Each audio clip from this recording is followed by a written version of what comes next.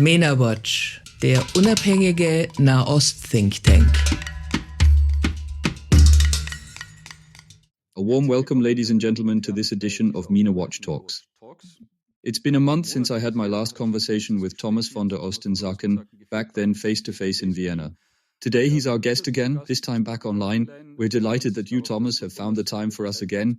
And, as you'd expect, we want to talk about Iran, the developments there, and the war surrounding Iran. So first of all, a warm welcome, Thomas. It's great you could make it. Yes, hello. We're facing a somewhat absurd situation. On one hand, an incredible amount is happening, but on the other, essentially nothing at all is occurring. And that is pretty much the main topic of our discussion today, I would say. Let's start with the point. An incredible amount is happening. The New York Times published an article yesterday or the day before, which is fairly sensational. Specifically, it asserts that the American and Israeli plan was specifically to bring an alternative leadership to power in in Iran. And who was that supposed to be exactly? Well, according to the New York Times, none other than Ahmadinejad, the former Iranian president. An absolute, you could say hardliner on the nuclear program. A true anti-Semite of the highest order, making him an exception even within that very regime. And one wonders, who's completely out of their mind here? Is it the Israelis, or the Americans, or the New York Times, for falling for such a ridiculous hoax? What in the world are we supposed to make of this story? You just said it yourself. A year ago, one would have simply laughed at this article and pondered that very question. Who exactly is losing their mind right now? But in today's reality, which is so incredibly insane that not even a Monty Python film could possibly come close to it. And you only need to take a look at one of the well-known late-night talk show hosts in the USA, like a Jon Stewart or others, to grasp the situation. They're clearly at a loss for material by now. And you can see they've also run completely out of ideas. They're just stringing one sequence after another, making silly faces. Because how can one even begin to comment on such politics anymore? And it's precisely into that category that this article about Ahmadinejad perfectly fits. It compels you to ask not who's completely lost their mind, because we're well aware many have at the moment, but rather, why is this article appearing at this very moment? Was this truly a strategic decision? Who exactly leaked this information, and with what specific agenda in mind? And was there seriously anyone who ever believed, who thought, that the so-called Venezuela model could actually be replicated in Iran and precisely with Mahmoud Ahmadinejad? You said it.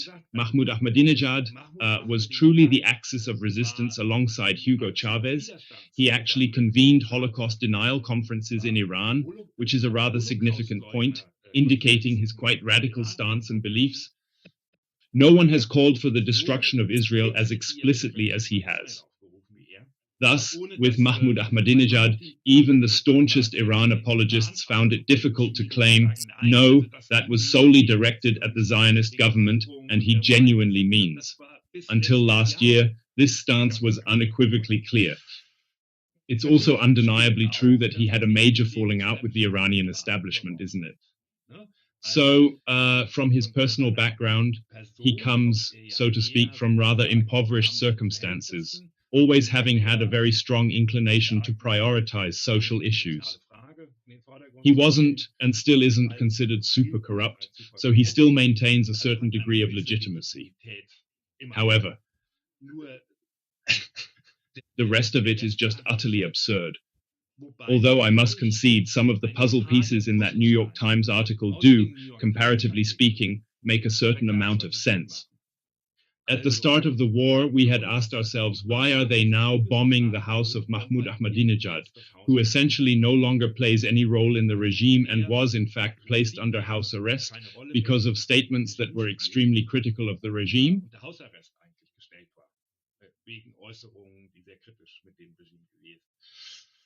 The article explained that this was an attempt to neutralize the guards, specifically with the intent of liberating Ahmadinejad. Well, that one detail really amazed me. The rest of it, though, is just so outlandish that if people in the US or Israel seriously had a plan like this, one truly has to ask themselves, I mean, have they completely lost it? Well, with the current US leadership, nothing really surprises me anymore. But it's now crystal clear in the New York Times article, and it must be said that the New York Times is currently engaged in quite a significant dispute with the Israeli government concerning other journalistic reports that the New York Times article emphatically states this was a Mossad operation. Okay, the next question would be, this is the fog of war, psychological warfare, which is an inherent part of every single war. If someone genuinely leaked this to the New York Times, one has to wonder what their true motive is behind doing so. Yet, at the moment, it's difficult to pinpoint the actual interests of the players, particularly in the US, as the very concept of interest is steadily losing its relevance. However, simultaneously today, the news came out that there had been a very heated phone call between Trump and Netanyahu. This phone call was apparently also quite contentious, specifically concerning the crucial question of what should happen next. While Netanyahu, for perfectly understandable reasons, as little as I may personally care for him, is absolutely intent on militarily concluding the mission, Trump, as we are all aware, is clearly hoping for some sort of arrangement and is extremely remarkably reluctant to reignite this conflict, notwithstanding all the serious warnings against it. So, over the past 3 or 4 weeks, there have been increasing indications of rising tension between the American and Israeli leadership regarding issues concerning both Iran and Lebanon. So the Americans would prefer to make a Lebanon deal very quickly as well. The Israelis, for their part, would prefer to continue dealing with Hamas militarily. Hezbollah. Or Hezbollah, yes. It could be, of course, that this is now in the context of such tensions or differences that such things were simply leaked. It wouldn't make a whole lot of sense either. However, if it seriously comes to light in the next few days that such a significant plan actually did exist, to elevate Ahmadinejad to become the new supreme leader of a renewed Iran, then I will honestly become truly terrified and very scared. Yeah, to me, it honestly appears utterly absurd, completely preposterous. Well, as I said, when it comes to Americans, I believe many things are possible, but with the Israelis. The idea that the Israelis would seriously want to elevate Mahmoud Ahmadinejad to power, I find that so utterly inconceivable that I genuinely can't bring myself to believe it. Me neither. But let me just say, I'm sorry to interrupt, but there are a few points in this article that I'll point to something that is quite noteworthy and intriguing. So the only foreign visit by Mahmoud Ahmadinejad in 2025 was, of all places, to Hungary, which was under Orban's leadership then. Why would he go there? Now there's this rumor, this hushed speculation that he went there to meet with Israelis, to make arrangements, and so on and so forth. We don't actually know for sure, but this article does contain quite a few elements that make you wonder, yeah, that's weird, isn't it, right? Well, a lot of conspiracy theories have that. Yeah, of course. Like I said, I would also say the essence of the article is that it says a lot about this war. The fact that almost 3 months into the war, we're actually discussing whether there was a plan to somehow install Mahmoud Ahmadinejad in Tehran via a regime change is so utterly insane in itself that it's like, no matter the why or for what reasons this discussion is being stirred up. Now, it just shows how insane this all is, right? We can agree on that, can't we? I mean, if someone had told you that 4 months ago, you would have said, yeah, right, April Fools. Let's stick to the war, or rather, what's unfolding at this very moment. We're really dealing with quite an absurd situation there as well. There's been this ceasefire in place for quite some time now, yet the negotiations themselves are making absolutely no progress whatsoever. So if anything is happening, if anything is going on at all, they just keep spinning in circles. Trump keeps announcing some sort of ultimatum via Truth Social at irregular intervals, only to then say, no, we'll bomb tomorrow, or perhaps not, or whatever the case may be. Amidst all this, two things remain entirely unclear. Firstly, for over a month now, there's been absolutely no movement or any kind of progress in these negotiations in any direction at all. This means, from my perspective at least, that the Iranian approach or preference seems to be working quite well, namely to just drag out negotiations as long as possible and at least prevent the war from resuming for now. On the other hand, we have Trump, who is again threatening bombings, which makes you wonder for what purpose really. So what exactly could be accomplished by renewed bombardment of Iran or the Iranian regime that hasn't been achieved in the ongoing conflict up to now? What would be the objectives? What purpose would it serve to resume the bombardments? All these questions are completely unclear. Let's start with the second part. What exactly could a resumption of the bombardments in Iran achieve? I think that, we're once again back to that ancient doctrine that's been proven true for thousands of years. A war without a clear strategy cannot possibly be won. From the very first week of this war, we've been asking ourselves this question: what truly is the strategic objective of this conflict? So that was 2.5 months ago when we first posed this very question to ourselves. This question isn't resolved even after 3 months. In fact, it's become much more unclear than it was in the initial week. And that's precisely what this current dead end is leading towards at the moment. So if there's a strategy, one can consider how to achieve it tactically.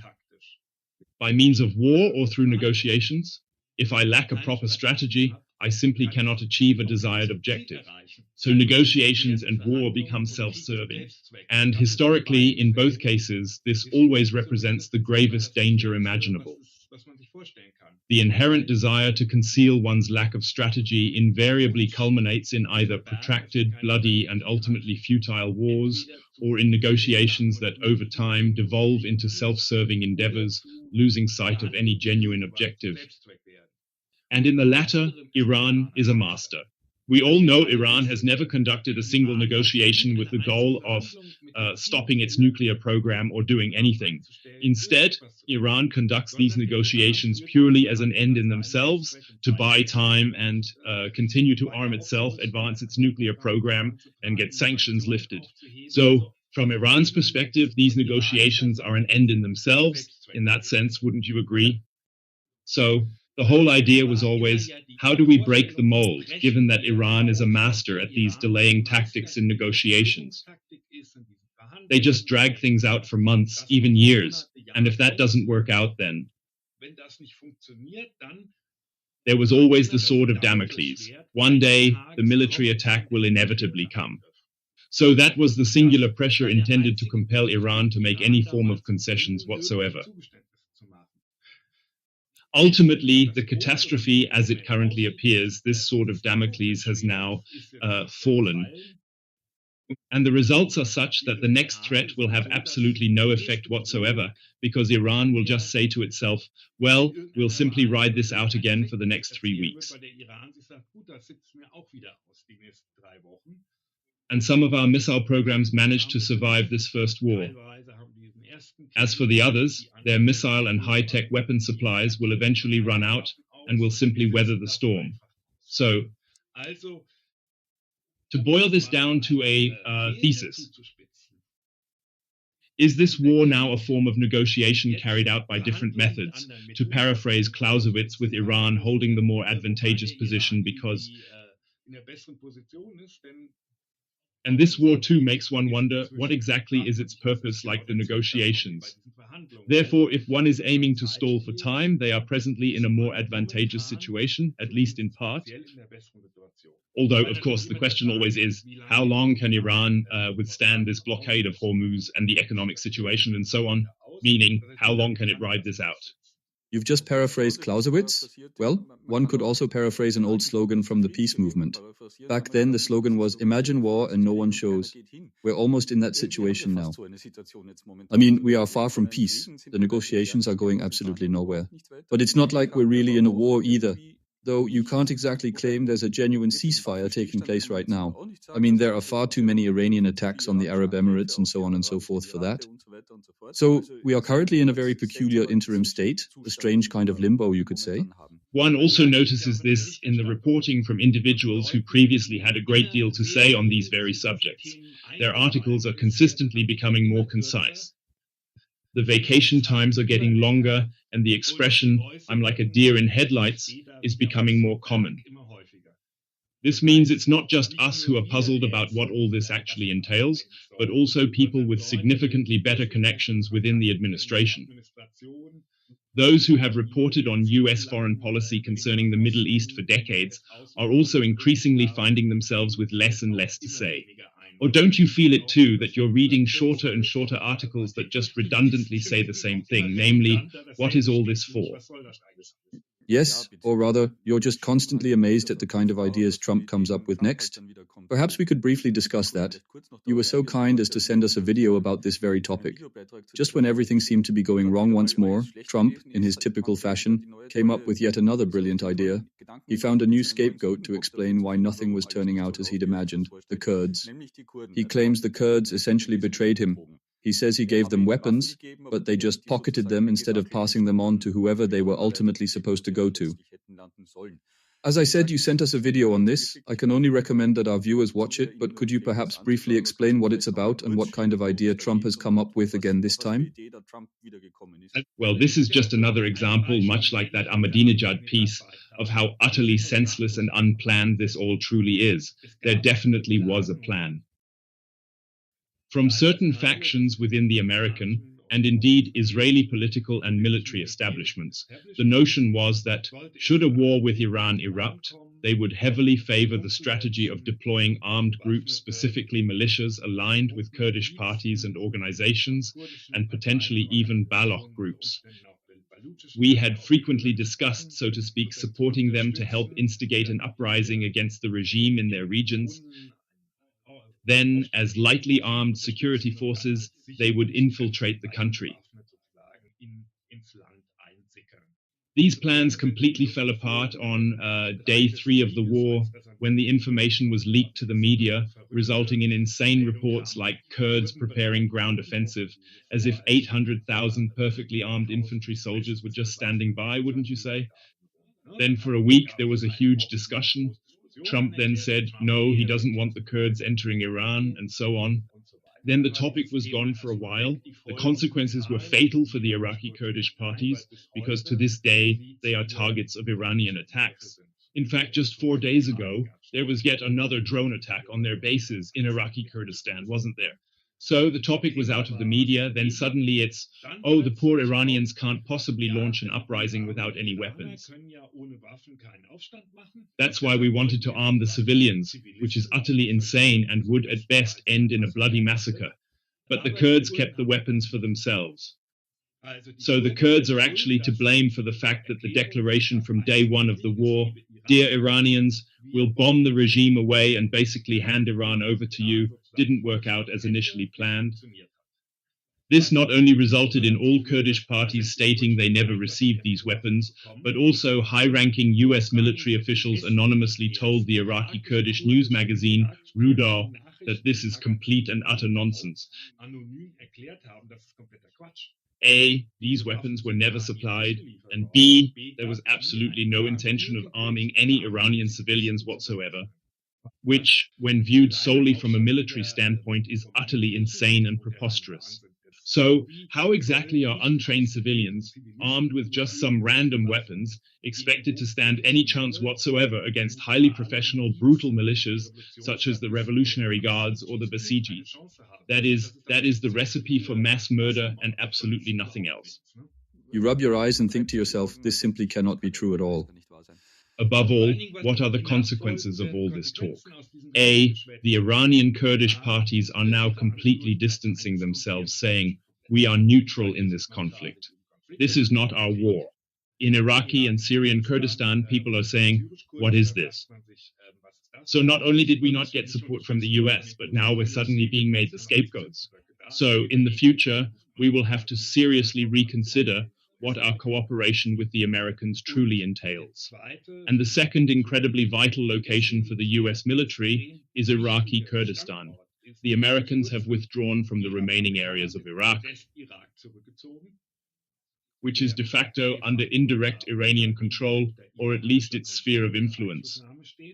This refers to the significant military base in Erbil, which is enormously crucial in any confrontation with Iran. And statements like these are not exactly designed to greatly strengthen the trust of Kurdish parties, you know. Another topic that has almost been forgotten is the situation inside Iran itself.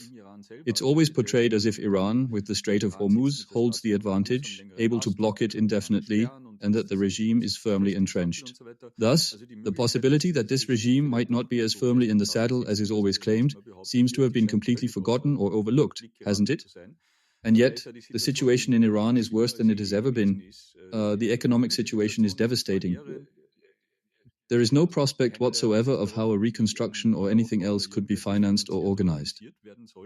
And on top of that, the regime has managed, if you can call it that, to de facto cut Iran off from the world, precisely through this internet blockade that has been going on for months now. Perhaps you can also describe from your own experience what's it like at the moment. You used to have good contacts in Iran. Do you still have them? Can you reach them, your friends, your acquaintances? Are you getting any news out of Iran at all? It's quite rudimentary. Let's not even discuss an internet blackout. I would actually describe it as a form of internet apartheid. Simply because there are now white SIM cards, the term apartheid fits quite well.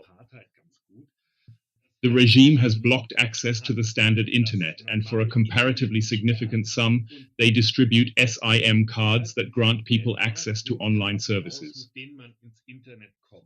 However, to acquire these specific SIM cards, one must either demonstrate a verifiable history of unwavering loyalty to the regime or definitively confirm that no content critical of the regime will ever be disseminated on any online platform. This is monitored, and if you do, your SIM card gets blocked again. This signifies that the vast majority of the populace, and particularly those individuals who possess the potential to instigate an overthrow of the regime, are completely severed from internet access. The regime's supporters, people who possess wealth because Iran is incredibly corrupt, this means for several $100s, these SIM cards can also be purchased or have access to the internet. And that, of course, absolutely influences the external perception now, because even the people I personally know would never again post anything against the regime on any accessible social media channel, purely out of fear that they would then lose their SIM card. So we predominantly get our social media information from these white SIM cards, which means it's mostly from regime loyalists. And this is an incredibly insidious and devious system that has been in effect for over 3 months now, with the regime already making it unequivocally clear that they intend to keep it this way. It's a truly perfidious construction.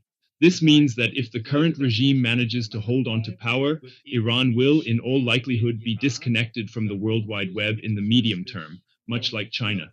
Following this, there will solely be an Iran-wide web, characterized by very clear and distinct access points to the outside world, which is a complete and utter catastrophe because naturally Iranians now receive significantly less external information, relying solely on their regime-loyal media outlets. So the picture that Iranians have of this war, for example, is completely different from the one we have. So inside Iran itself, you get the impression that the regime is winning and so on and so forth. And we outside get less and less info on how things truly are. This means the regime benefits politically from this internet blackout in 2 significant ways. Economically, this situation is an absolute catastrophe, of course, because an incredible number of smaller companies and others are, just like all of us, entirely reliant on the internet to distribute their products effectively. Doctors are reliant on it. In that respect, Iran was not significantly different from other nations. And now just try to imagine what it would mean for us if, for over 3 months, we couldn't make an online doctor's appointment or even order a book. Companies would then be unable to distribute their products. So that really hits hard, and it feeds directly into this economic downward spiral that is pretty much already rampant everywhere in Iran at the moment, isn't it? However, that is scarcely being reported on anymore. The rial's value against the dollar has once more been halved since the beginning of the year. So it's almost at 2 million now. As I said in our last conversation, one of the triggers for the mass protests in January was the 1 million rial mark against the dollar. That situation has now gotten even worse.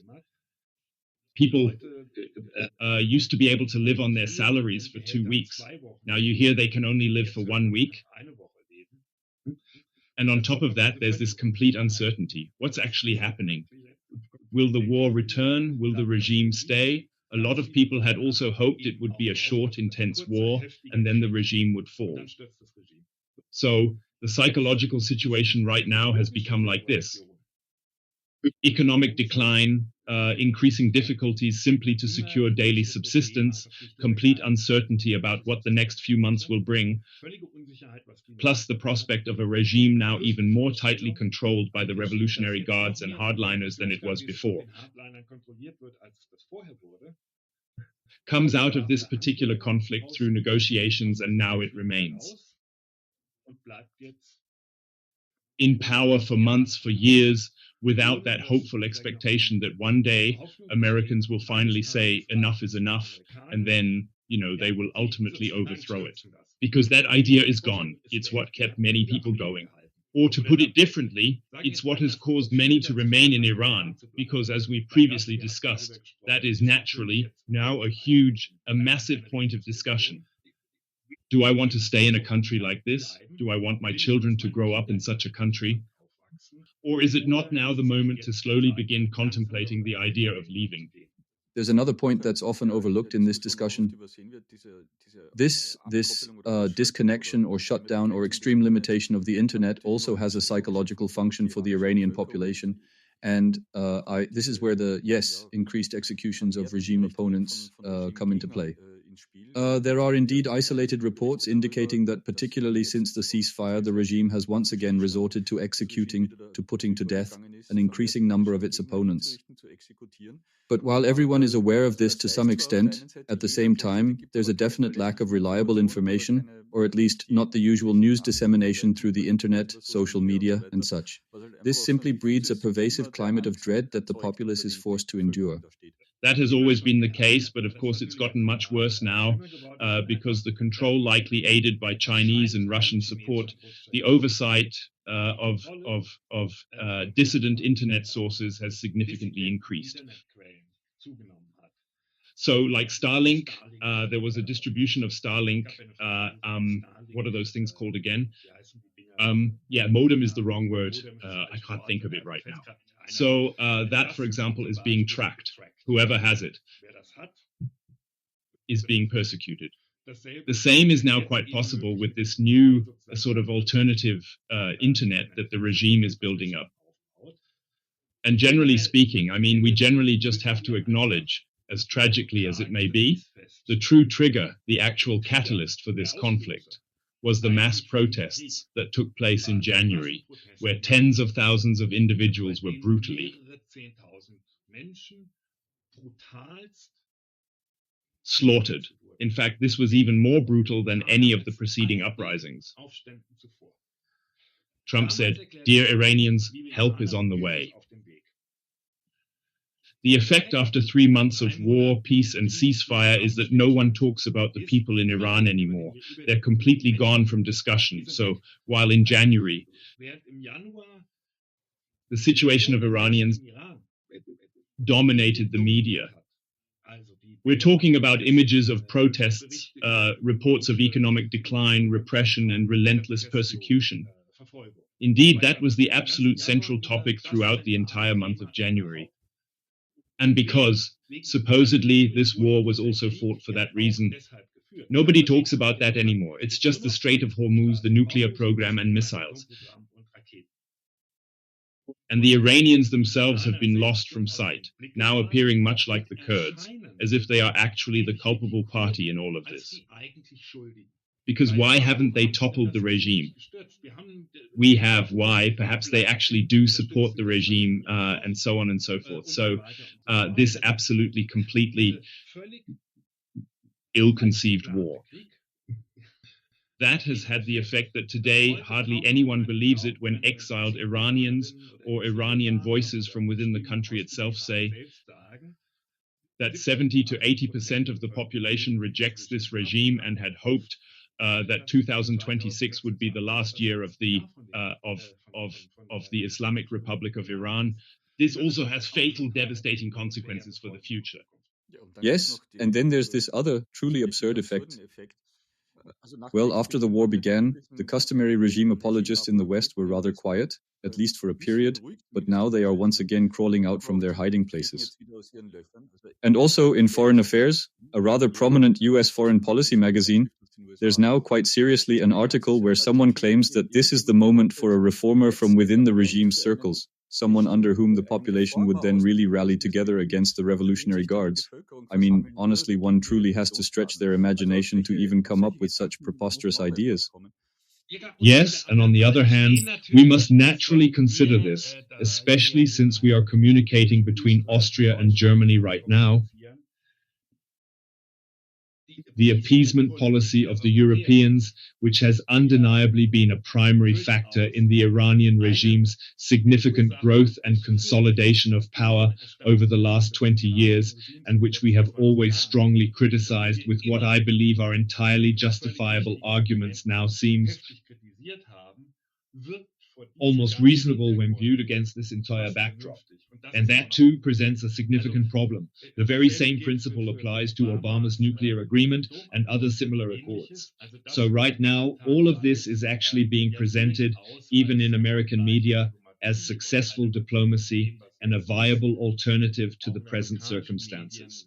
And ultimately, all of this diplomacy, which regrettably yielded no substantive outcomes, now appears to have been the more judicious approach when dealing with this Iranian regime. And the fundamental question, one that we must constantly emphasize, isn't about uranium or missiles, it's the regime itself that is the actual problem. This means the regime must go, a sentiment voiced for 3 decades.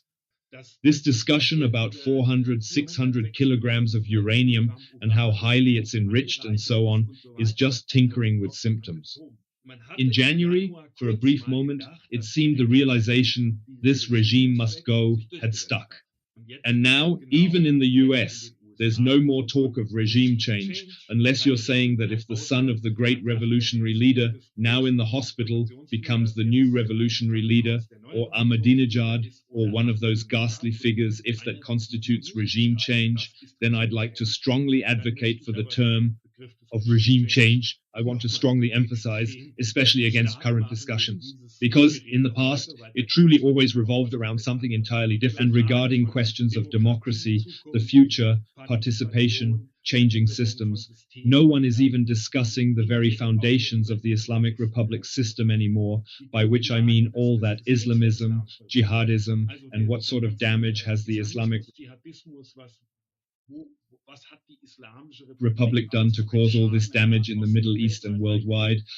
People rarely talk anymore about how the security of Jewish institutions in Europe must be further enhanced, because we know that Iranian Revolutionary Guards are, in some cases, collaborating with highly criminal organizations in Europe to carry out attacks here, thereby bolstering jihadist organizations once more.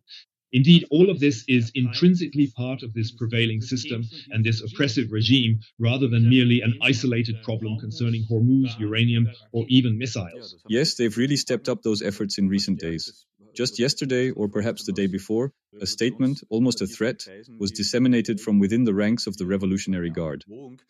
So if the Americans and Israelis were to get the idea to start this war again, then our counterstrike will not be limited to the region, but will extend far beyond it. Thus, that's at least also an implicitly, well, you can't even call it implicit, but rather a quite explicit threat to, for instance, unleash this war upon European cities, manifesting as attacks, as deadly assassinations, and other such acts of violence within Europe. And it should be explicitly highlighted that the attacks in London, for instance, which were among the most egregious anti-Semitic incidents seen in recent months, despite the overall increase in anti-Semitic acts throughout Europe, were quite swiftly linked back to Iran. Now, it's not just the people in Iran paying the price for this policy, it's also Jewish individuals who are currently considering whether to go to synagogue or their community center on Saturday. They are giving it serious, even threefold, thought at this very moment, and I've heard this directly from my Jewish friends and acquaintances. Thus, in Europe, they too are now paying the price for this policy, and a key, explicitly stated objective, which truly deserves renewed emphasis, was to avoid any form of understanding with Iran. With this regime is also fundamentally predicated on Iran ceasing its support for its proxies Hezbollah, Hamas, Houthis, Iraqi militias, and so on. No one discusses that anymore, and it must stop being the biggest sponsor of state terrorism, the biggest state terrorist sponsor in this world. You can read this on the US State Department's website. So those were once the basic minimum demands. Those matters are entirely off the table. The Israelis consistently emphasize that the core issue revolves around these proxy militias, naturally, due to their own Israeli interests. But regarding the question of this global terrorism, which has indeed left a blood-stained trail from Buenos Aires to various other locations, nobody talks about it anymore. This means Iran is currently coming out of this relatively well in terms of its international standing, and that is a catastrophe. Perhaps one more word on the nuclear program, which was also one of the reasons for the war. Articles recently emerged that were truly unbelievable. The New York Times, I believe it was, claimed, referencing US intelligence sources, that this war hasn't notably hindered or set back their nuclear program in the slightest. That's another report, and it truly makes you question how such a thing could even come to pass. There's also by now the Institute for Science and International Security, a Washington-based think tank, whose members are among the best experts regarding the Iranian nuclear program. There's now even a report that simply evaluated satellite imagery to determine which facilities were bombed and what the extent of the damage is. And they say it's incomprehensible how one could reach such a conclusion. So they are stating that, solely based on what is discernible from commercial satellite images, it's evident that this nuclear program has been significantly delayed by at least several years. So how anyone can claim it had hardly any significant effects on the nuclear program is completely incomprehensible and baffling to these experts. That should also be mentioned because it has also been pushed into the background. We all know what the specific objective of this nuclear program was and the underlying logic behind accepting sanctions, airstrikes, and every other consequence in order to continue pursuing this nuclear program. If Iran had declared 20 years ago, we're giving up our nuclear program, we wouldn't be facing these sanctions, no war, and so forth today. That's one aspect of it. I believe the other issue at hand is the Strait of Hormuz.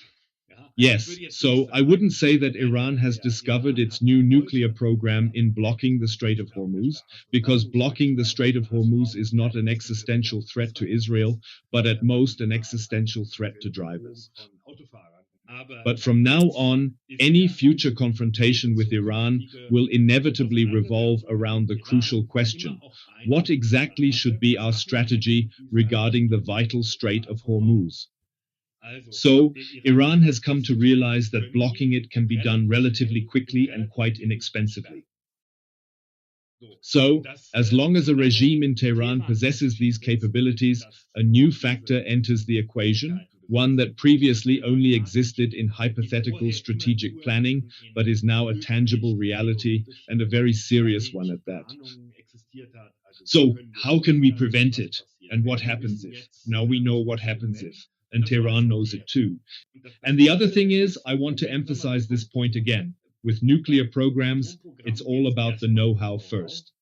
Once it's been done, it can be done again. I think that's a key point. And it's really all about the will. It's about the will to ask, are we willing to make huge sacrifices to become a nuclear power? Iran has done that in the past. We know that, right? So, after this war, strategically speaking, the strategic thought might emerge: should this regime not be toppled, it won't just be about our objective of eradicating Israel anymore. Instead, if we, like North Korea or Pakistan, achieve nuclear power status, we'll possess a deterrent capability that shields us from future conflicts. So if this regime remains in power and some flimsy nuclear deal is established, one that we already know will be undermined because the Iranian side lacks the genuine commitment to uphold it, I believe there's a greater risk that they'll pour even more resources into a nuclear program precisely because it now fulfills this vital dual function. I see that a little differently. So one thing is, if they wish to resume that, at the very least, as I previously mentioned, the Institute for Science and International Security, which I cited, asserts that the Iranian regime presently possesses no operational facilities whatsoever for the enrichment of uranium. And that is a vital step on the path towards the bomb. Without highly enriched weapons-grade uranium, there's no atomic bomb, or at least not by this particular route, let's just say that. And they simply can't do that now. The facilities that existed were all bombed and are no longer operational. And the other thing is, you're implying that once the expertise is there, it cannot simply be eradicated. Yes and no. I mean, there's always that nice saying, it's not rocket science, but in this particular case, it most certainly is. For a nuclear program, you actually need atomic science experts, those with the capability to execute it. And there. No specific names are being circulated, but once again, according to this very study about the recent bombardments and so forth, it also clearly states that the Israelis have apparently eliminated quite a few scientists or experts from this atomic program during the course of the war. And that is, well, the know-how doesn't just float around in thin air, so to speak. You truly need the brilliant minds to make it happen. And it's clear the Israelis have demonstrably taken significant actions to push them back. And especially in a secret program like the Iranian nuclear weapons program, the experience of the involved personnel is extremely crucial. Some of these individuals have been engaged in this atomic program for decades. This means a great deal of institutional know-how has been lost, which in my opinion is not so easy to restore. So from that perspective, I see it a little... I truly hope you're right and I'm proven wrong. My sincere hope is that you're correct and that this conflict has at least pushed the Iranian nuclear program back by years, perhaps even decades. I tend to always assume the absolute worst-case scenario when dealing with a regime like Iran's. This is simply because the declarations and the implied threat of a second Holocaust, in principle, were so unequivocally clear, Ahmadinejad being just one notable instance that I simply think from a historical responsibility or Adorno's new categorical imperative that in this particular case, one must always assume the absolute worst. Yes, well, as far as their motives are concerned, I don't doubt them either. But as I said, the way it looks now, they simply no longer have the necessary capabilities, at least for the foreseeable future. But yes, who knows? Anyway, it's also a topic that has largely fallen out of sight and has mostly disappeared from public discussion. To conclude, I'd say let's move on to your absolute favorite segment now, taking a look into the crystal ball. We last spoke exactly a month ago. I've no idea if you imagined the situation back then as it is now. Let's look a month ahead from today. What do you think will happen next? So, is there any chance that negotiations will lead to anything? Will the war start up again? What would you bet on right now if you had to bet? I wouldn't bet on that. If you were to put a gun to my head right this very moment, I can't. It's like it was a month ago already. It's just unpredictable because, well, with American foreign policy at the moment, any criticism or predictions are largely based on attempting to understand the interests and motivations of the key players involved. I find it increasingly difficult, even impossible, to fully comprehend the actual interests guiding this current US administration. This means, and because of this, they are acting erratically ultimately, aren't they? It's solely based on momentary moods. The Emir of Qatar called, so I didn't do that. Then this happened, and he called Pakistan. That's hardly a strategy. So, my future prognosis would be, as long as there's no coherent strategy for what's truly wanted, but just a flood of ad hoc reactions to tactical challenges, well, ultimately, nothing will genuinely change. It will stay exactly the same. Will this whole situation remain a show, or rather, just a lot of smoke and very little actual fire, which is what we're witnessing at this very moment? Or we have what is actually, yes, a completely absurd situation right now. Yes, you put it very well earlier. So in classic war theory, it's either peace or war. There's nothing in between. Therefore, the ceasefire is indeed a component of the war, and a ceasefire can serve to transition the state of war into a state of peace by means of a peace agreement. That was the classic idea of war, wasn't it? But increasingly, these intermediate states are emerging everywhere, which are neither one thing nor the other. It's not just Iran, it's the nature of asymmetrical warfare. It's no different in Lebanon with Hezbollah or in Gaza with Hamas, for that matter. Those are supposedly ceasefires too, yet clashes happen every day. This means we're now simply calling an intermediary state a ceasefire. However, this ceasefire isn't a ceasefire in the true sense of, for example, World War I, like the armistice of 1918. Yes, whose sole objective was for the German Empire to capitulate, leading to the conclusion of a peace treaty. Instead, this ceasefire is actually, in essence, a low-intensity form of warfare. So, you see, we're in a situation where the question is this intermediate state a low-intensity warfare or a high-intensity warfare? And with that, the term ceasefire really loses its meaning, at least as it was traditionally employed. And at the same time, the concepts of war and peace lose all their meaning. This means that globally, we find ourselves in a situation that we really only know from these asymmetrical guerrilla wars, where for maybe 2 months or even 2 years, the government and the guerrillas de facto don't fight, and then they just start fighting all over again. However, the underlying problems that cause them are taken care of. And this, if I may say so, is ultimately expressed in this word deal, which I seriously can't stand anymore. I mean, can you still bear to hear the word deal? Right, so that's the deal. Trump's deals are always something that in no way addresses the underlying causes and reasons for a conflict and ultimately just creates a superficial state of limbo, which he then touts as a grand peace agreement. And everyone knows that eventually between Cambodia and Thailand, and in Iran and in the Congo, things will just escalate again because no one is genuinely addressing or attempting to resolve any of the fundamental causes of these persistent conflicts. Yeah, because I mean, it really would be. I'd be quite embarrassed if I had to think of even one of these famous deals that had actually accomplished anything significant, or that hadn't, within the shortest amount of time, revealed itself to be nothing but hot air. These ceasefires in Syria, because I still hold that Syria, and just to bring this up once more, is truly the original sin, so to speak. This entire development unfolding in Syria, you know.